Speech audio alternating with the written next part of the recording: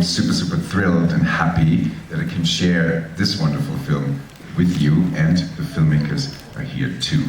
The wonderful duo Soderbergh, who made this film. It's a political, satirical film with a lot of references from cinema history, and I'm sure you're going to have a good laugh, which is important because that also can be a political laugh. So please give a very warm welcome to Soderbergh.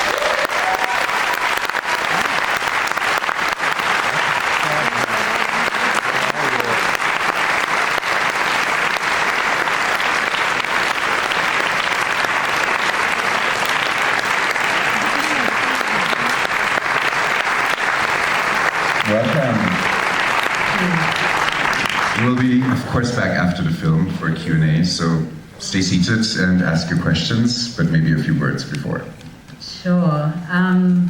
Cool. Okay. Yeah. Thanks to Berlinale for having us.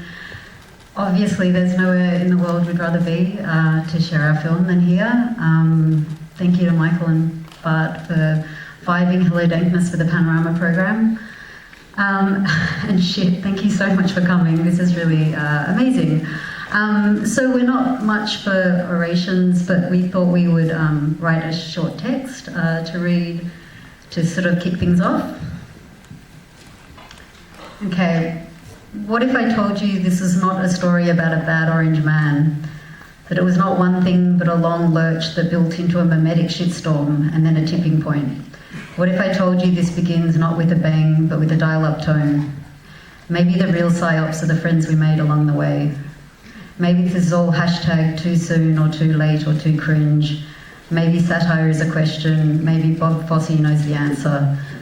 Meanwhile, Nike is taking a knee and Pepsi has joined the Pride Parade, but Amazon workers are still pooping in their van to get you next day delivery on a book of fully automated luxury communism so you can post it to your Instagram. And if you listen closely to the sound of silence, you can hear all the lost futures of those 60s dreams that turned DMT death spiral of neoliberalism, where we're no longer working 9 to 5, but also 5 to 9, and are supposed to suck it up and enjoy it because we're winning the culture wars, while losing our access to basic human resources. And moving fast and breaking things sounded exciting before we looked around, and everything was broken, and nobody was going to fix it. And all these tech billionaires and philanthropists are standing around wearing dad jeans and sneakers, telling us to stay calm and grill. We tried to scream, but all that came out was a meme. So we made this film so that all the weirdness and dankness would not be lost to time like memes in rain. Hope you enjoyed it. Thank you.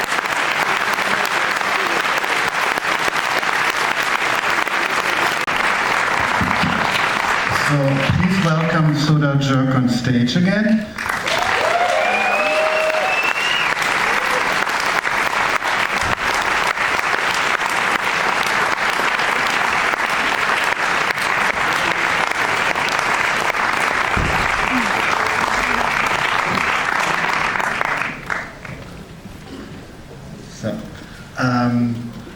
I will start with a short question, but and then I will open it up to the audience. My colleagues have mics for you, so please raise your hand that they see you, and then you get a mic. But I start with a question. You know, my English is very limited, so to prepare for the screening, hello dankness. I didn't know what dankness means, so I looked it up in the dictionary. And in German, it says die Feuchtigkeit.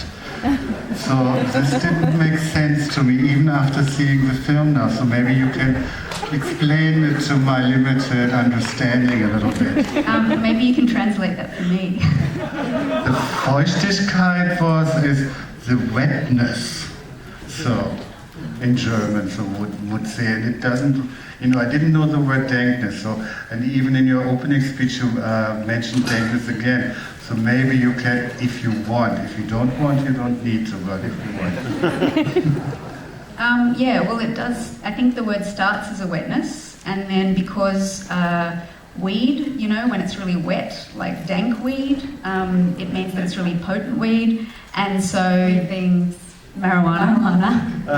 So then marijuana that's really wet and potent then is really sort of hallucinogenic, so people start calling like good weed dank weed, like, and then people start seeing memes that they think are like hallucinogenic or like Or just like particularly viral, or just janky, good or shit, or yeah. But so then it moves on to memes, and so then it becomes a word for to describe like choice memes.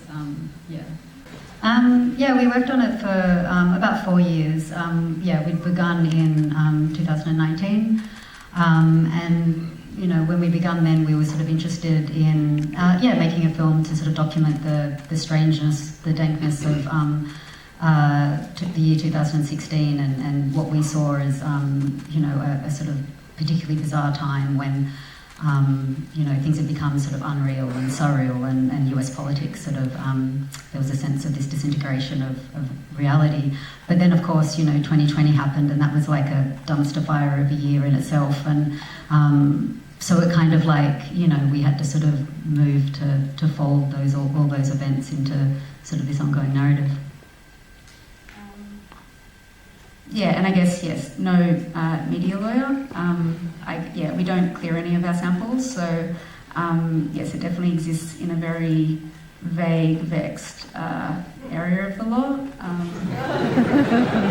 Yeah, I mean, our work comes from a place of being interested in sort of free culture, and we see our work as I guess a probe to test these laws, but also an act of civil disobedience. And so it's, you know, it's not meant to sit comfortably in that sense.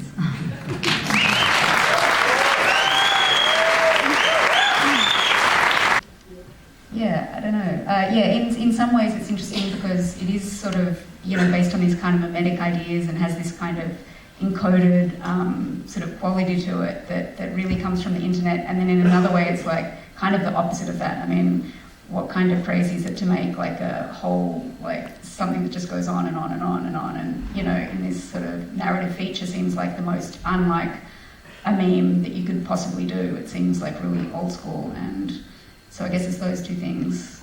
It is, yeah, because I mean, I guess when we started practicing, like, you know, we sort of came to this way of working because we were interested in the early 2000s of, you know, sort of in free culture and the way sort of industry was coming into to collide with like early file sharing communities and platforms, and so it was sort of, you know, an interest in what was happening there, and also in the, like, you know, breakcore electronic scenes that we were part of in Sydney, that were sort of audio sampling and you know, plunderphonics, and then also there was like, you know, illegal warehouse parties and squat initiatives that were sort of co-opting real estate, and so we saw all these things as sort of you know, like all doing the same thing in a sense. You know, they're sort of taking privatized resources and like reappropriating them. But because we were really into cinema, you know, we sort of applied this kind of this methodology and concept to cinema. So it's sort of those two things combined, I think. Yeah, and also there's a history of like found footage filmmaking, which we're very much into as well. With people like Craig Baldwin is a hero of ours. Living in New York for 12 years, so I think our relationship to America has evolved through living there for more than a decade. Yeah, and also I think that America kind of holds other cultures hostage to their media environment, you know. So Australia is always like very much has Stockholm syndrome of like America,